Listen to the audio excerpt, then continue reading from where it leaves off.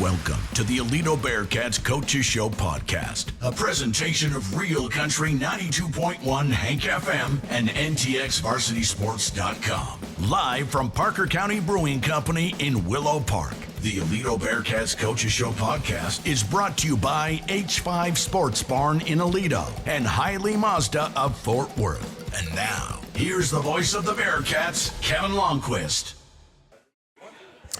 Hello and welcome to the Aledo Coaches Show Podcast. I'm Kevin Lonnquist. We are at Parker County Brewing Company, just off of Ranch House Road here in Eastern Parker County. We will bring you every podcast from this location throughout the 2025-26 school year. As always, we want to thank our two main sponsors between H5 Sports Barn and Hiley Mazda of Fort Worth. We continue to appreciate their support of this podcast as well as Aledo Athletics. The Class 5A state basketball playoffs are upon us. Aledo boys are into the postseason. I wish I had better news about the Lady Cats. More about that in just a few moments. But if you haven't heard, we are still proud to share with you that we are the high school sports website. I should say our high school sports website, NTXVarsitySports.com, is the streaming voice of Aledo playoff basketball. It continues on Tuesday when the Bearcats play 6th-ranked Birdville in the opening round of the Class 5A Division I Region I bracket. Aledo was 26-6. Birdville was 27-5. 7 o'clock tip-off. NTXVarsitySports.com will have the coverage starting for you at the pregame show at 6:30.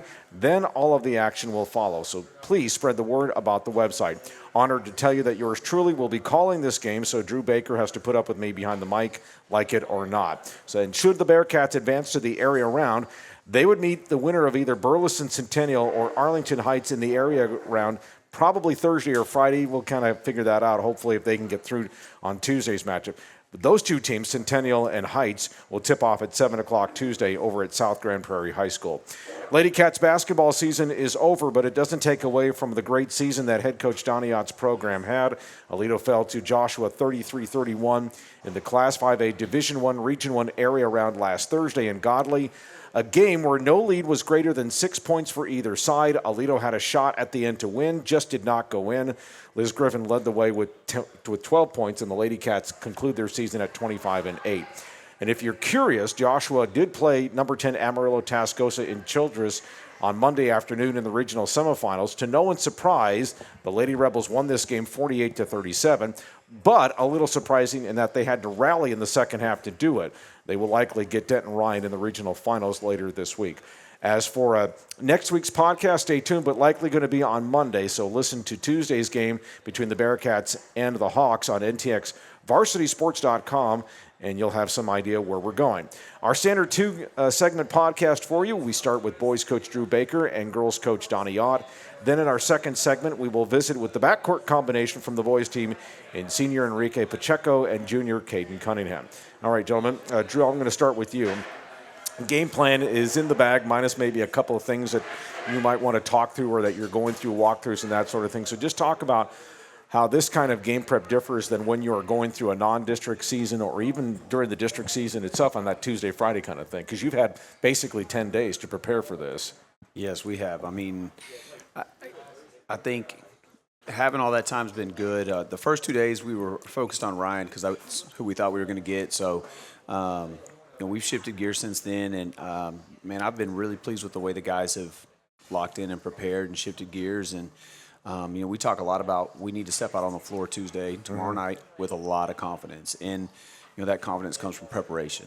We've mentioned it multiple times kind of throughout the ebb and flow of the season that very rarely are you going to rise to an occasion. You're always going to fall to your preparation. And so, that's kind of been our focus is we want to be very well prepared because then we can step out there with all the confidence in the world. And the guys have been really good in just the mental reps, watching film, walking through who they are, what they do, how we're going to defend them.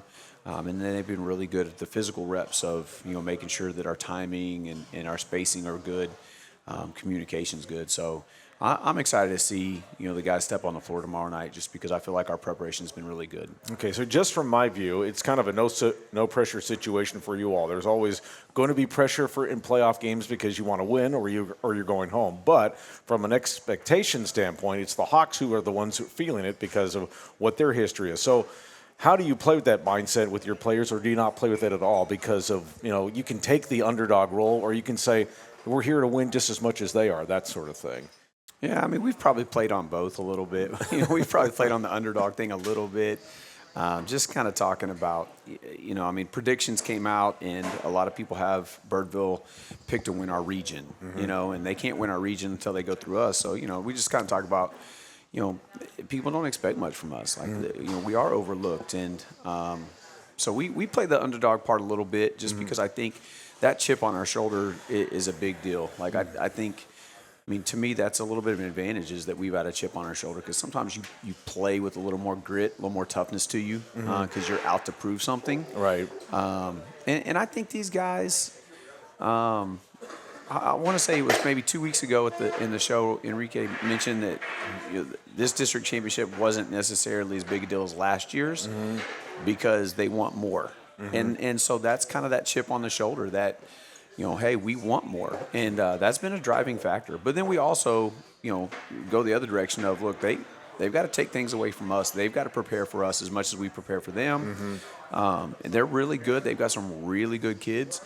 But we got some good players too. Right. And so we've definitely played both up a little bit. I was going to say, this isn't to the extreme of like with Norman Dale with Hoosiers when he takes his team to the state championship game where he walks them out of the court and they do all the measurements and say, I want you to know that the free throw line is still 15 feet away like it was back at Hickory, or the goal is still 10 feet high off the ground or anything like that. You don't have to go that far. No, we didn't go that far. We did do a little visualization while we were in Argyle Saturday, but no, we didn't measure anything or anything crazy like that. Great movie, though. Great movie. A wonderful movie, yes. All right, Donny, this isn't the discussion I wanted to have with you, but I don't know if it sounds like you've had a chance to look at the tape and wanted to look back at what happened Thursday in Godley. But even so, just overall, you've had a chance to digest it now for a couple days, even though it stings a little bit. But what's just your overall takeaway from what happened on Thursday against Joshua? Well, I certainly want to make sure, and this is something I reflected on the next day, is I don't want it to not validate the type of season that we had. I don't know that one game should define the success that we had this year with our tournament play and our district play, and I just think we unfortunately picked the wrong night to shoot bad. I thought defensively we played great. We gave up 33 points. Which is, right about for our average, the last, especially 15 games or so. And typically we get points in transition, and Joshua, dictated the transition game, and we didn't get points in transition. So we didn't get those early buckets that would get you going. We had 4 points in the first quarter. And then we had that explosion in the second that kind of, I felt like, turned the tide a little bit, and still felt like, despite our misses, we had the chances. But, unfortunately, we just didn't get it done. But I'm proud of their effort for sure. After looking at it, at first I was disappointed. But when you look at the film and you see some of the mistakes, they're not intentional. They're just tough mistakes at the wrong time, but overall, like I said, I'm real proud of them for sure. It was such a slugfest. I thought once you all got the lead, as you mentioned, with that big 16-point second quarter to take a 20-16 lead at the break, and then held them off and they made their run in the third quarter, I felt like you had taken their best surge and that you were going to maybe get on top of this and try and finish it in the fourth quarter. But did you think it was going to be this low scoring? I did not think we'd have trouble scoring on them. I was surprised that they ran as much man as they did, but I didn't feel like that was going to be a worry for us because that's all we've really played in district and in a preseason is teams that run man. So I didn't anticipate that being as tough, but unfortunately, we just missed shots around the basket, and we get, in the playoffs, you can't afford those lulls, those long stretches, and our third quarter was a long stretch without scoring. It really was. And even though we had the lead going in the fourth, I wasn't overjoyed because I saw our offensive stretches. Yeah. And, it was just one of those, can we hang on? Can we get a win at the buzzer or something? And, we're a half inch short, and, we're one more step forward, and we're, into the next round. So. For sure. Drew, what do you like about your team right now, both on the offensive and defensive end? Defensively, we've been tough all year. I mean, we've held opponents to under 50 points all year long, so we're really gritty. And I think we're kind of versatile. We play a really tough nose man-to-man, and we've got some depth. Like, we can rotate some guys in that I think can pose matchup problems for people. I mean, we've got some really strong, gritty guards. We got length, we got size. You know, we got full court pressure we can put on. We got like three-quarter court. So I like us defensively, and I think, I mean, they've got two kids that can score. Right. But I like just our defensive mentality and attitude, and I think that's a little bit of a nod for us in this matchup. And then offensively, I mean, we've done a really good job getting out in transition, and we don't necessarily do it for a full 32 minutes. We try to pick and choose, and so I think we're pretty balanced. I mean, we've got three guys that score in double figures. And we're flirting with a fourth. Every game, there's a fourth player who's right there somewhere, 8 to 10 points, and that balance has taken us, you know, to a lot of good games. So I mean, I think our balance. I think we've gotten a lot better with valuing the ball offensively, and we talked a little bit about that in the Brewer game. We valued the ball pretty well. Had some longer possessions. So I like that going into the game. I mean, we've got a few wrinkles that we've put in. Nothing new, but just a few little wrinkles to it. And then, like I said, defensively, we're just gritty.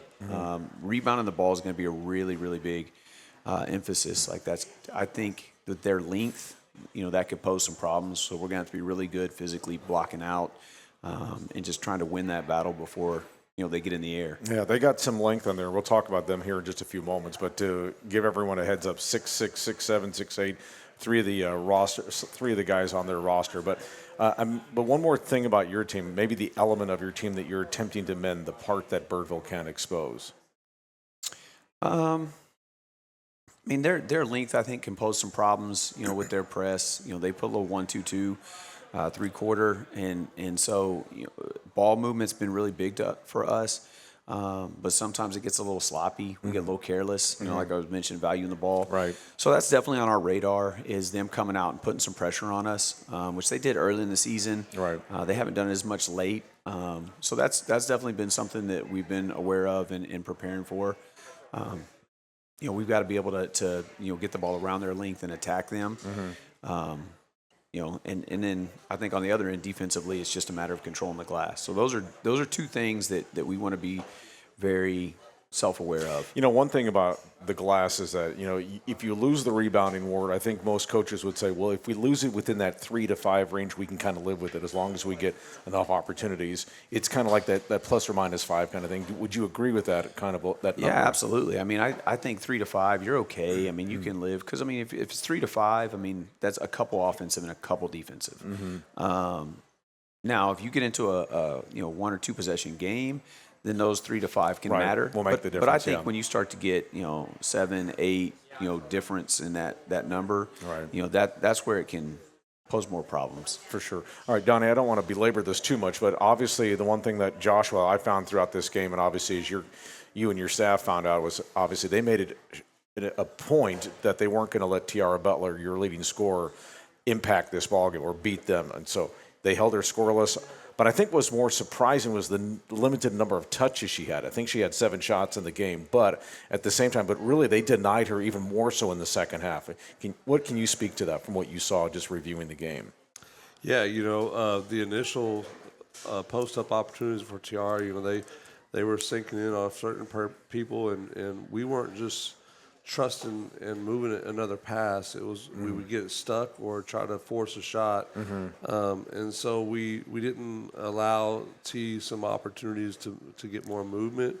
And then two, I mean, if you saw, I mean, we just missed some easy passes. Like we had her open a couple times. One on a design play where we, you know, rushed one side of the floor basically and got her on the low block by herself, posted up, and we just overthrew it.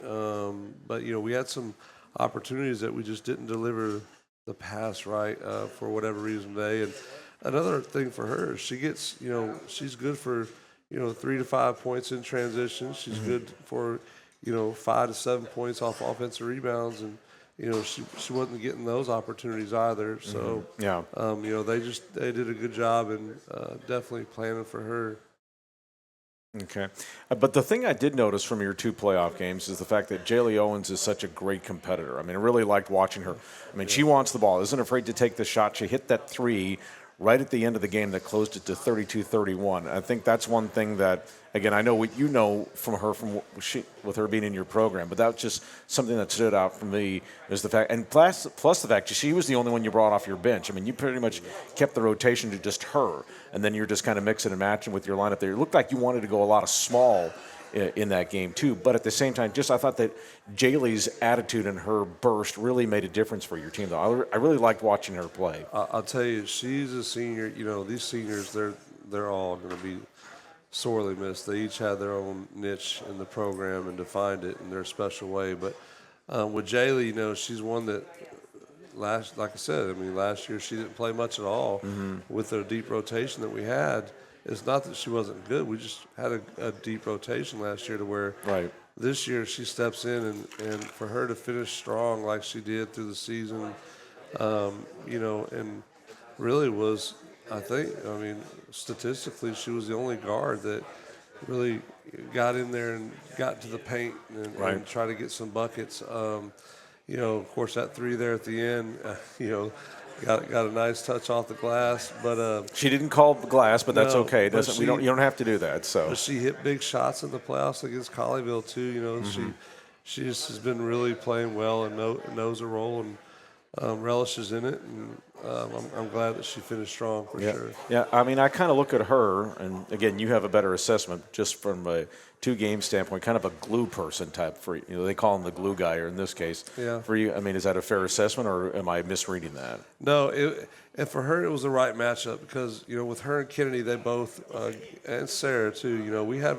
We played 8 a lot this year, but when we had to tighten it up, it became matchup based. If we needed a shooter only, it was Sarah. If we needed a rebounder, offensively, defensively, a tough nose on the post or whatever, it would be Kennedy. And then Jaylee started stepping into where she was defending better, to where it was hard because she became your true 2-way where she could score and defend and get rebounds, and she was aggressive, and she wasn't doing too much to force turnovers. So she just, like I said, she played right into it and did a great job. All right. Drew, a little bit more about Birdville. Of course, as everybody knows, they played for the 2025 5A Division I state championship game last year, lost to Beaumont Westbrook. They got size in the front court between their senior 6'6" forward, Gabriel Zachariah, and then 6'7" Sawyer Dotson. Now, he's listed as a guard, but obviously 6'7" guards, that means they can handle the ball as well, too. He's committed to Lipscomb out of the Atlantic Sun. By the way, they're having a pretty good season, Lipscomb is. And then they have a guard by the name of Avery Webb, who is committed to St. Mary's in San Antonio. So Liz will probably get to know him pretty well over the she commented on them going to, I guess Coach Baker talked to her about it a while back, and she commented on that. Going to see him. She said, I'm going to go see him tomorrow now. Okay. And then so for Drew, just give us a little more than what I've said about this team of the Hawks, because obviously they're really good. They're averaging a ton of points a game. We'll get to that here in a minute, but just talk about them a little bit more in detail. Yeah, I mean, they've got some really good players, and they're big. They've got some size. Yeah. And then I think the other thing that you've already kind of mentioned is they've got some experience. And that's one thing we've been real honest with our guys about is, I mean, that's a little bit of an advantage for them that they've got the big game experience. Right. And so that's why our preparation's been so big. And even just talking about the moment, like we got to have a shoot around in Argyle Saturday, and we just talked about just what to expect when we come on the floor. You come out the tunnel because we don't want their big game experience to be that much of an advantage. We don't want to step out there and be surprised by anything. So, they are. Dotson, he's 6'7", but he doesn't play inside very much. And so, he's got a quick release, and what makes it tough is it's a high release. I mean, when you're that tall, so really trying to run him off his spots and not let him get comfortable. which is still really difficult because he does have a quick release. Like Right. well, that 6'7" can become 6'10" just because of the release, that sort of thing, yes, too. absolutely. He doesn't. I mean, if he's got any space at all, he doesn't need a lot of time. And so just being real physical with him, I think, is going to be an advantage for us if we can run him off his line and be physical with him. Webb, I'm high on Webb. Like I think he's kind of a 3-level scorer, very poised. He's a lefty, which sometimes that can pose a little more of a problem because you're used to playing most guys that are right-handed. And the trajectory of the ball coming off his hand, yeah, too. so I think he's going to be a tough matchup. But we got a couple guards that we've been talking about and preparing them to guard him. But those two guys, I mean, they score, 40+ of their 66 a game. Yeah. So, we talked to the guys about it. They're going to be hard to keep in check. But if we can kind of keep them under their averages and then don't give up a career night to anybody else, they don't have a lot of depth. They're good, and their first 5 is really good. They obviously play really well together because most of their guys returned from last year. But they're not. I mean, I don't want to say anything that sounds bad. I mean, they're really good. Right. But I think they're more of an offensive-driven team from what we're watching and looking at than defensively. So, that's a little bit of a advantage for us because we can score the ball. I mean, we're scoring the ball at almost 62 points a game, so we're not far behind them as points per game. We've obviously given up a little less than they have. Right. So yeah, we're ready. We're excited about it, but they're tough. Their first 5 are tough. They don't have a lot of depth, so that's something we've taken note on. And how can we use that against them? How can we maybe get out and run and make them get into their bench, or how can we get a couple guys in foul trouble? Those are all conversations and things that we're trying to, be prepared for. Sure. And to finish the point on Dotson, he's a 2,000-point scorer. He's averaging 21 points, 7 rebounds. Now, as far as Webb and DJ Driver are concerned, those are the guys we talk about their guard play. And every postseason run is going to have to start with quality play in the backcourt. These two combined for 32 points a game. So, again, you've kind of touched on this, but defensively, that's going to be the key for your guards is to, again, as you said, not let them have a big night, career night or something along those lines. But you've got to make sure that they don't hurt you, that they don't impact the game like they typically have been impacting games. Yeah, I mean, if we can contain their guards and keep their guards in front of them, I mean, Sawyer's going to be tough. But the other guards, if we can keep them in front of us and contain them and make them take some things that they don't like to take, and they run a fairly simple offense, but at the same time, they're really good at it. There's not a lot of crazy, complex stuff. They like to set some flare screens. They float their big around and set down screens and back screens. And so it's nothing overly complicated, but they have players that make it work. Right. And that's where it gets tough is, their guys are good and they're good at what they do. So how do we, survive a couple runs that they're going to make and don't be surprised if they hit tough shots because that's what they do. Right. But if we can find ways to keep them under their average, and then, like I said, contain the other guys because the other guys are good. They're really good. Yeah. But if we can keep them from having a career night, yeah. You don't want your focus to be all on Dotson and Webb, and you hold them just below their average. But then somebody else has gone off and hit 18, and they're usually only 8 a game. Right. Those are the type of things that we're trying to avoid, and just the way we approach our defensive game plan with them. For sure. As we wrap this up with you two, Donny, obviously you lose several good seniors between Liz Griffin, Tiara Butler, and Jaylee Owen. So what's your plan, early thinking about replacing them? Who are some names coming up for the 26-27 season that we should look for? And just what's going to be the focus of your offseason here starting up? So I feel really good about our 4 of our seniors coming back that are going to make a huge impact. You got Kate Jackson, Brooke Dempsey, Phil Kennedy, and Sarah both have played some meaningful minutes for us this year. So I think that's a really good core 4 to start with. And then we got a sophomores, our Kate Lowe and our Sawyer, that I feel like got some minutes this year, but we're going to be dependent on them a lot more. So they're going to have a good off season and summer. And then the wild card for me is Harper Fink. She's a kid I've been really high on. That her spring of her freshman year, she was just coming on real strong. We had high hopes for her right up until she tore ACL. So, but she actually was doing shooting drills with us the last half of district and through the playoffs. So it's been good to see her progressing. But if she comes along, as we hope, then we got some good talent with we got a couple freshmen and some sophomores on that JV that are going to come up and have some opportunities. So it'll be a little different. I'm looking to hopefully play a little faster next year, create a little bit more pressure with our guards because I think we're going to be a little deeper in that area with depth. So, we'll see. One thing I noticed, too, with like Kate, if Kate gets more into an offensive rhythm for you, becomes more of an offensive threat for you, it really changes. I think it could really make a big impact for your team. She's a like a Swiss Army knife for us next year because she's going to be able to post up some smaller guards. We started to do that this year with her and T when we take Brent out. So next year I think we just got to find the right piece to go with Kate to be able to utilize her inside and out. So I think if we can develop a little bit more in some areas to help those core four, we can be really good. All right, and then Drew, for you, obviously, final point about this game. I thought about this as I was putting this together earlier this afternoon on Monday, that the pace of play is important. As you talked about, they do score a lot. I counted it up 66 points per game. And I know you're kind of comfortable with that because you guys average about 62, as we've talked about.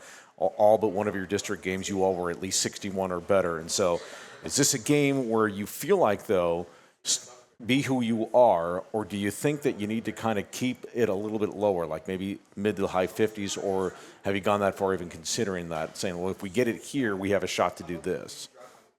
Yeah, we've definitely thought about a lot of those things. I think when it comes to game planning and prep for the guys, like we don't want to deviate a whole lot from what we do because, obviously, we've done pretty well. 26-6, these guys have definitely created a little bit of an identity in just the way a little we play. Bit, yeah. But at the same time, it's the playoffs, and you're talking about a top-ranked team in the state. And so, yeah, you've got to have some scenarios. And, I think we talked about, again, going back to that last Brewer game, and something that we've kind of been doing for a while is working on having longer possessions because, if their strength is their offense and trying to go outscore people, then, they can't do that if they don't have the ball. And that's, kind of been something that we've had in the back of our mind going into district and even, playoffs is we want to be able to possess the ball for a while. And so we've put some things in to allow us to do that.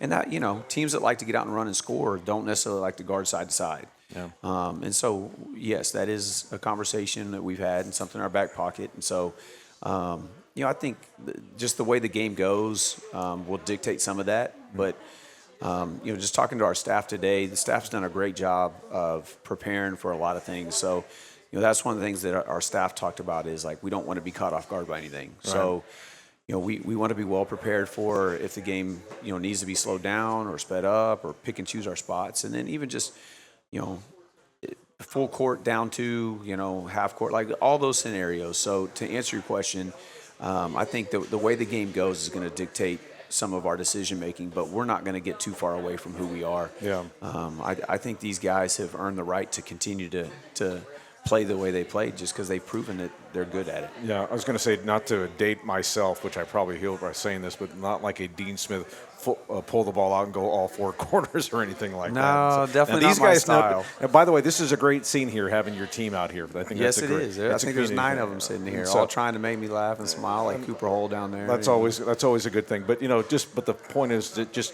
be who you are, that sort of thing. Yeah. So, it's gotten these guys a long ways. I mean, you're going back to last year, 27-6, and then this year, 26-6. Like, them playing their style of basketball, has definitely won them a lot of games. Yeah. And I think being a little more defensive-minded this year has really served us well. And like I said, I think some things that we've put in late in the district are going to serve us well tomorrow. I mean, I talked to one of the coaches who their matchup is Colleyville Heritage, which we played earlier, and he goes, Coach, I'm watching this game, and y'all were up, and if you'd have just done this, I think you probably would have won by 12 or 15. Why didn't you go to this? And I said, well, we didn't have it in at that time. We set on certain things, and we tried to be patient on certain things for district, for the playoffs. Right. And his response was, well, y'all got really good at that really fast then. Right. And so to answer your question, I think we're very well prepared. And Hopefully our guys feel that. I sense that from them. And so I think that's just going to allow us to step out there and play with a lot of confidence. And I think just the environment and the opportunity to play a top-ranked team in the state, like I think it's going to be electric. I think it's going to be fun. Yeah, and consider this program, too, over the last 3 years has averaged better than 24 wins. So it kind of speaks to where this program is going. Donny, I want to thank you for everything throughout the course of the year. It's been so wonderful for letting me be a part of your program and joining us here every Monday night. Continued success in the offseason. Thank you for everything on this. Absolutely. Appreciate you having us, Kevin. And then, Drew, I will see you on Tuesday up in Argyle, and let's see each other on Friday. How about that? Is that a deal? I'm in. Let's do it. Sounds good. All right, gentlemen, thank you so much. And we want to remind you that this Aledo Coaches Show podcast is brought to you by H5 Sports Barn. H5 Sports Barn and iPhysio and Performance can help unlock your athletic potential and elevate your game like the Aledo Bearcats. With expert sports physical therapy, tailored recovery plans, and top-notch sports performance training, H5 Sports Barn, proud supporters of the Aledo Bearcats. And by Hiley Mazda. Head to Hiley Mazda of Fort Worth today. Their new state-of-the-art facility is conveniently located just off of I-30. Exit Las Vegas Trail and experience top-notch service and hassle-free buying. Don't forget to ask about this month's special offers. Hiley Mazda of Fort Worth, family owned and operated for over 30 years. Stick around, second segment of the podcast coming up with Enrique Pacheco and Caden Cunningham. Back after this timeout.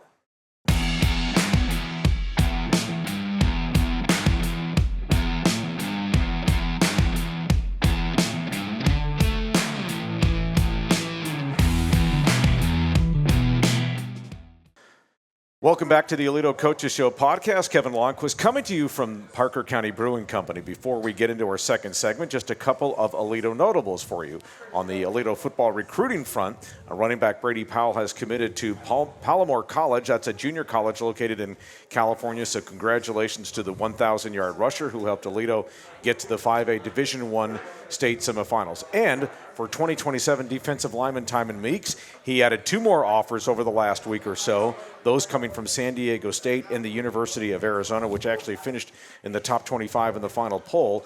Timon is up to 16 offers, so it's not like he's short of choices here, is he? So anyway, we're pleased to be joined by our backcourt combo of Enrique Pacheco and Caden Cunningham.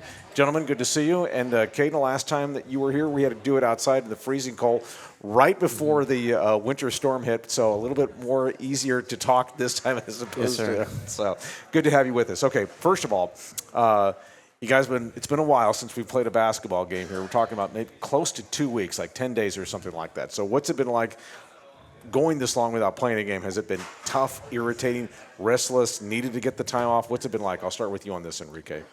Well, I feel like it's been good for us because we have more time to prepare for a single team and game plan for that specific team. Okay, and then what about for you, Caden? I think it's been easier.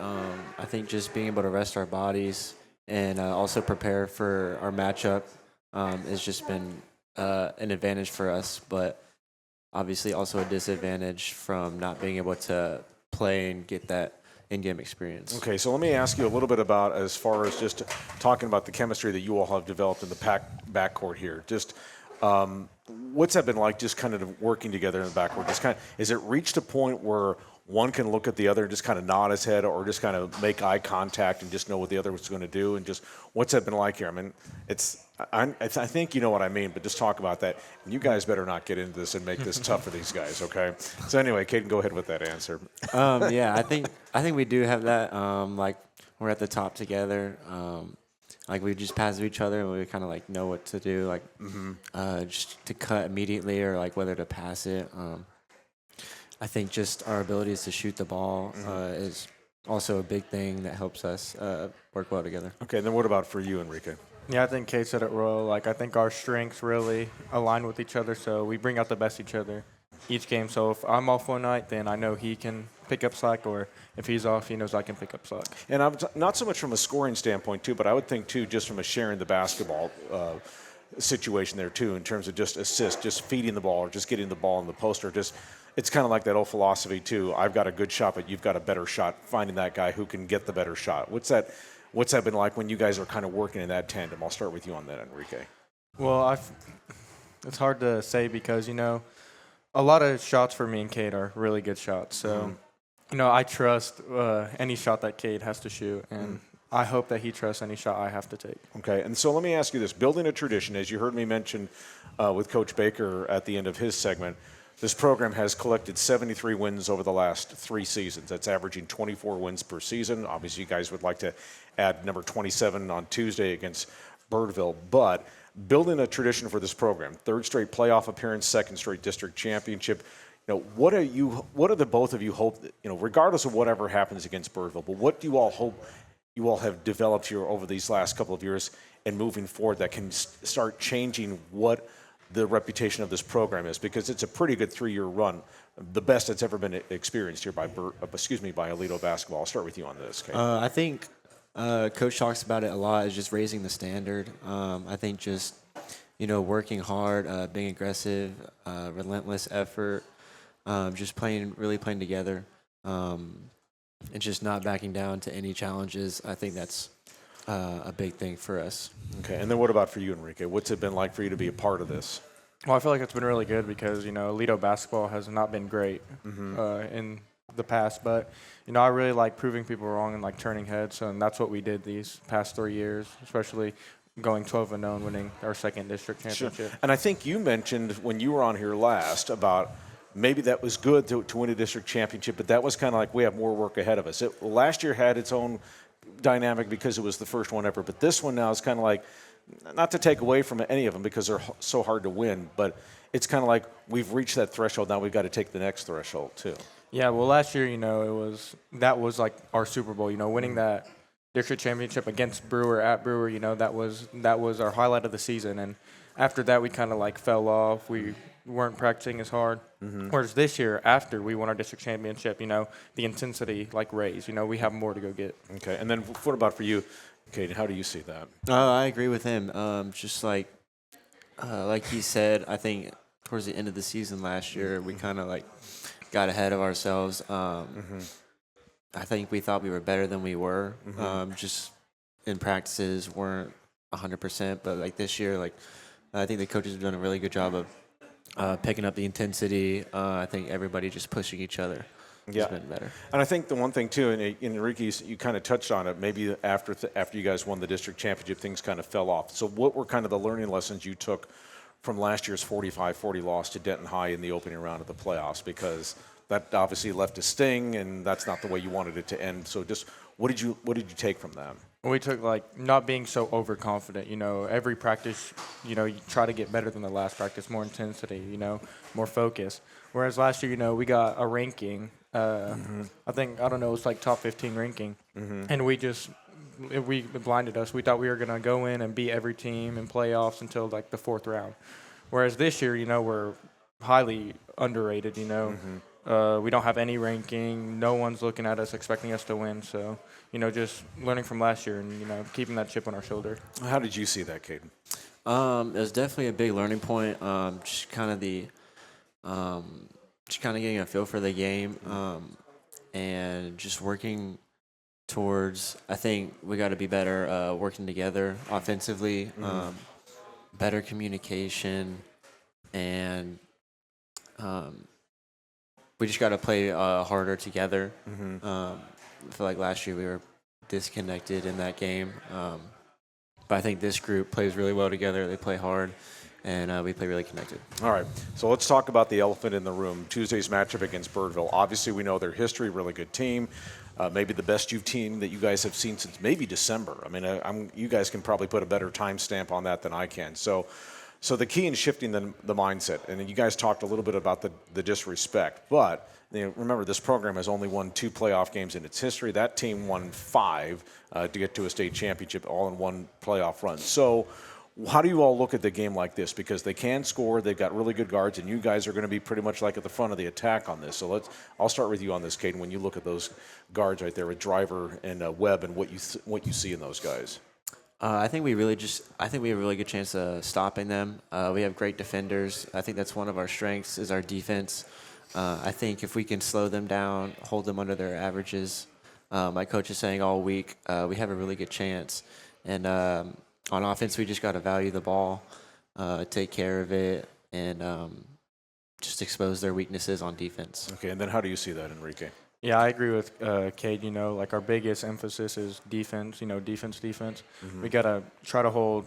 I think Dotson and Webb under their average, and what Coach was talking about. And I think we have a really good shot to win. Yeah, and it's kind of a mindset too, where you guys you can't go into this going, oh gosh, we're playing Birdville. And there can't be a freak out factor, intimidation factor. This has to be a mentality where you embrace this. You want to play in games like this. This is what this program has been building for. So here it is. Here's your opportunity. So let's talk a little bit about that. Just embracing something like this. I'll start with you on this, Enrique. Yeah, we're really going to want it tomorrow. We're going to come out playing our hardest, I think, of the year. Each practice has been building up for this, and we all want to turn heads because, not anyone at our school even believes that we'll win. And so that's a good moment to kind of work on. But anyway, and then Caden, what about for you, just in terms of just welcoming this opportunity? I think we're all excited. I think we're all really just excited to get out there and play and really just turn heads because, like Enrique was saying, nobody really believes in us but ourselves. And I think if we just believe in each other, believe in our talents and what everybody brings to the team, I think we have a really good chance in beating them. Okay, so let's talk a little. Okay, so we know about Driver and Webb, but obviously Dotson is probably, they've got another big deer too in Gabriel Zachariah, but but Dotson's a little bit different. 6'7", can put it on the floor. He kind of plays outside a little bit more, so you guys have to be more mindful of him. So how do you guys, and this goes for you too, but you have to get some help from these guys that are sitting here looking at this in terms of just how they're going to have to go after a guy like that. So we'll just talk about a guy like that because he's a really important player for them. He's going to be playing Division I college basketball next year. So what's kind of the thinking about a guy like him and how dangerous he is? I think we just got to slow him down offensively. Like Coach was saying, hold him to like one make per quarter, and just playing really good defense. And like Webb, just if we can slow him down, he's kind of the facilitator of their offense. And if we stop them, and they have to rely on their other guys, I think that would be a huge thing for us. And then Enrique, how do you see that? Well, I personally think that if we hold Dotson to under his average, I think we have a really good shot of winning. I think our biggest thing is just don't let him get going because, he doesn't need a lot of space to shoot. So I think if we just limit how much space he has, make him put it on the floor and drive in and finish through contact, then we'll live. All right, finally for you gentlemen, 32 minutes, a chance to make history. What's it going to take? I'll start with you on this. And you kind of touched on this a little bit, but what do you think ultimately it comes down to? Hard work. We just got to play together, play connected. 100% every play. We got to talk on defense, on offense. We just got to be on the same page and just trust in each other and our abilities. All right. And then Enrique, what about for you? Yeah, I think it's going to be a fight the whole 32-minute game. I don't think either team's just going to blow each other out. I think it's going to be up until the fourth quarter. Team really pulls away, so it's going to be a fight the whole game. If for all practical purposes, if you can give yourselves an opportunity inside those final 2 minutes, you'd take it, I would think, too. Something like that. Okay. Senior guard Enrique Pacheco and junior Caden Cunningham. Gentlemen, thank you so much for being with us. And I'll see you two tomorrow night up in Argyle, so look forward to watching you all play, and good luck to you. Thank you. All right. And we want to remind you that this Aledo Coaches Show podcast is brought to you by H5 Sports Barn. H5 Sports Barn and iPhysio and Performance can help unlock your athletic potential and elevate your game like the Aledo Bearcats. With expert sports physical therapy, tailored recovery plans, and top-notch sports performance training, H5 Sports Barn, proud supporters of the Aledo Bearcats. And by Hiley Mazda. Head to Hiley Mazda of Fort Worth today. Their new state-of-the-art facility is conveniently located just off of I-30. Exit Las Vegas Trail and experience top-notch service and hassle-free buying. Don't forget to ask about this month's special offers. Hiley Mazda of Fort Worth, family-owned and operated for over 30 years. Again, a reminder that you can catch the Aledo Boys Basketball Playoff. That will be streamed, and it's for free, and it's on our high school sports website, ntxvarsitysports.com. The boys are on Tuesday night in Argyle to take on the Birdville Hawks. A 6:30 start with the pregame show, and then the tip-off is at 7 o'clock. For my engineer, Zach Holmes, and the rest of the Hank FM staff, thanks for being with us here at Parker County Brewing Company. We will talk to you next week as we continue to talk Aledo playoff basketball. I'm Kevin Lonnquist. So long for the Aledo Coaches Show podcast. Thanks for listening to the Aledo Coaches Show Podcast, brought to you by H5 Sports Barn in Aledo and Hiley Mazda of Fort Worth. With the voice of the Bearcats, Kevin Lonnquist. Please like and subscribe to this podcast and tell a friend. You're also welcome to join us every Monday night at 7 from Parker County Brewing Company in Willow Park. It's the Aledo Coaches Show Podcast, a presentation of Real Country 92.1, Hank FM, and NTXVarsitySports.com.